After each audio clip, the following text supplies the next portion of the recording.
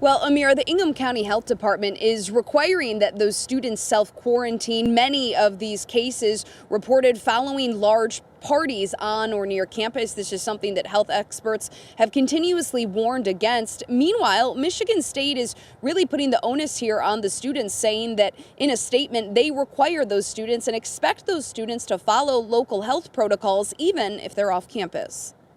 These parties going on, nightly, weekly, on the weekends, it's kind of disheartening. A mandatory quarantine for almost 24 MSU fraternity and sorority houses and 7 rental properties in East Lansing.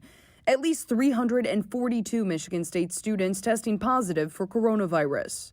MSU's undergrad classes are online, but students are still living very close to campus and congregating on campus. We have got to stop the types of activities that are continuing to cause the transmission of this virus. And now, newly published reports from the State Health Department show positive cases in K-12 schools and colleges from around the state.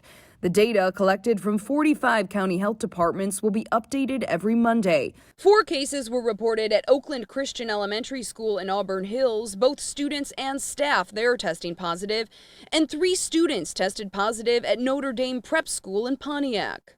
Meanwhile, at Michigan State, a professor starting an online petition pushing for the school to require testing and provide daily case updates. If you look at other universities, if you look at the University of Michigan, if you look at Ohio State University, they're reporting daily COVID numbers and they're reporting the number of tests. So we don't even know the positivity rate among MSU students.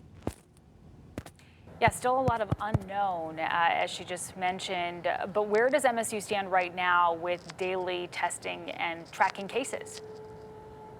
Well, Amira, MSU does offer daily saliva test kits. In fact, they call them Spartan Spit Kits.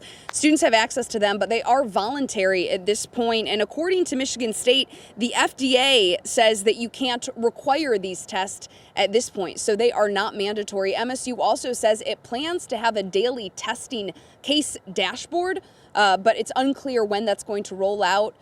Michigan State University officials say they hope that they're going to be able to roll that out soon. This, of course, is something we will be staying on top of. Amira?